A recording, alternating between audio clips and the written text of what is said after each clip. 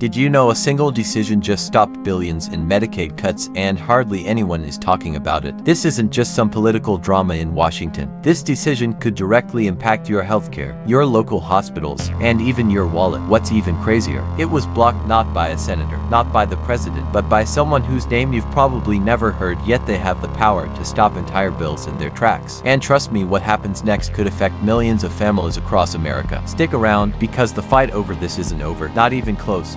You probably heard about it, the one big beautiful bill. That's what former President Trump is calling his newest tax plan. On the surface, it looks simple: tax cuts for businesses and individuals. A win for the economy, right? But hidden inside this bill was something most people missed: a plan to slash Medicaid funding. How? By targeting a financial loophole that states have quietly used for years to pull billions of extra dollars from the federal government. In plain terms, while the headlines were talking about tax cuts, behind the scenes they were also preparing to cut healthcare funding for the most vulnerable Americans. Here's how this little-known loophole works. Some states charge a special tax to hospitals and clinics, but it's not what it seems. The state collects this money, then turns right around and uses it to trigger matching funds from the federal government. In other words, it's like saying, look, we've got money, match it, and Washington does. It's been an open secret. Both Republicans and Democrats have benefited from this setup for years. But now, Trump's team wanted to cap it, claiming it's an abuse of the system and save up to $300 billion to help fund those shiny tax cuts. But cutting it comes with a price. Just as it looked like this would sail through, someone stepped in. Not a senator, not even the president. Enter Elizabeth McDonough. She's the Senate parliamentarian, not a politician, not elected, but her job, making sure bills follow the rules of the Senate, especially a process called reconciliation. Reconciliation is Congress's way of passing massive bills with a simple majority, no filibuster, number 60 votes needed. But it has strict rules. Everything in the bill has to directly impact the federal budget. Elizabeth took one look at the Medicaid cut proposal and said, no, doesn't qualify. Throw it out. Her ruling, capping how states tax Medicaid providers, isn't a direct budget issue. It's a policy change. And under the Byrd rule, that's not allowed. This set off a political earthquake. Suddenly, Republican leaders realized they couldn't count on that $300 billion